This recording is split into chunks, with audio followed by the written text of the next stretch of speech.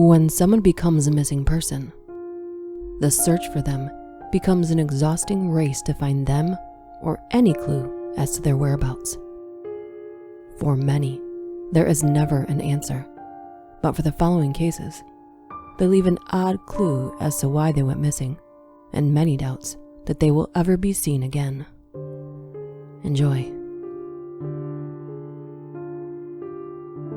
Number 1. Maura Murray. On February 9th, 2004, the 21-year-old University of Massachusetts student emailed her professors and her employer to tell them she needed some time off because of a death in her family. The death turned out to be made up. That night, she crashed her car into a tree in New Hampshire. A few witnesses called the police. A bus driver also saw the aftermath of the crash and stopped to ask Morrow if he should call the police. He noticed she was shivering. Morrow declined the offer, but the driver called anyway when he got to a phone. When the police showed up, Morrow was gone. There were no footprints or any sign of a struggle at the scene of the accident. Morrow's fiancé in Oklahoma received a voicemail the next day. It was of a person sobbing. When her dorm room was searched, campus police found most of her belongings packed in boxes and posters removed from the walls. On top of one of the boxes was a printed email to Murray's boyfriend. It hinted at trouble in their relationship. Morrow was never found. Number 2. Amy Lynn Bradley. Amy Lynn disappeared while on a cruise ship around Aruba on March 24, 1998. The 23-year-old was vacationing with her parents and brother, according to the FBI. She left her cabin early in the morning, barefoot, with her cigarettes and lighter. She brought none of her other belongings with her. Before her disappearance, her parents claimed the cruise crew was giving her special attention. That led them to believe she was kidnapped and led into sex slavery. A photograph that appears to be Amy Lynn in her underwear was sent to the Bradley family via email in 2005. The image was spotted and sent to the family by a member of an organization that tracks down potential sex trafficking victims on adult websites. Other sightings of Amy Lynn were reported, but she was never found. Number 3. Brandon Swanson. Brandon, a 19-year-old, was driving home from a party on May 14, 2008.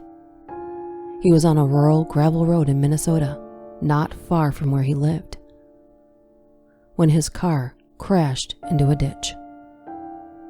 Brandon called his parents on his cell, asking them to come pick him up. Brandon told his father he would try heading toward the nearby town and they could pick him up there. Brandon and his father talked for 47 minutes, and then Brandon said, "Oh shit," and the phone went dead. His father called him back repeatedly, but Brandon never answered. Police found Brandon's car, but they never found him or his cell phone.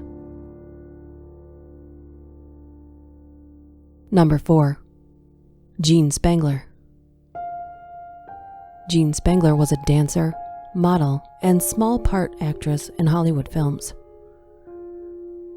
On October 7th of 1949, Spangler met with her former husband to discuss a late child support payment.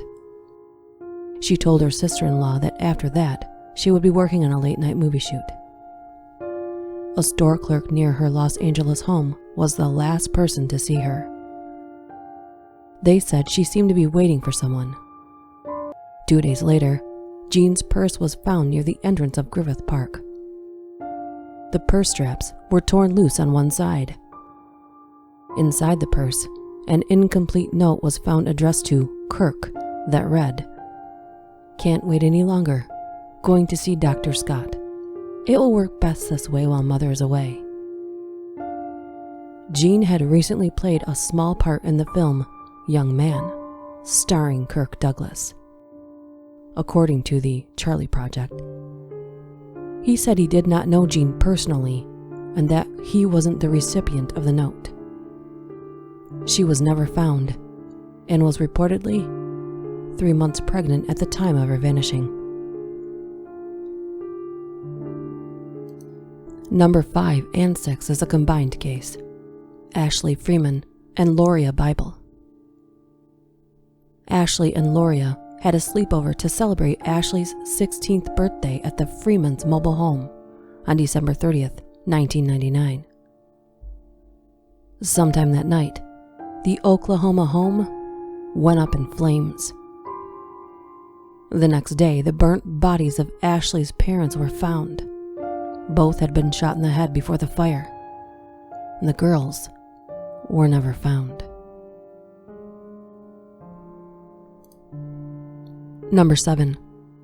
Tara Calico. 19-year-old Tara went missing on a bike ride near her home in New Mexico on September 20th, 1988. Nearly a year later, a woman found a Polaroid in the parking lot outside a convenience store in Florida.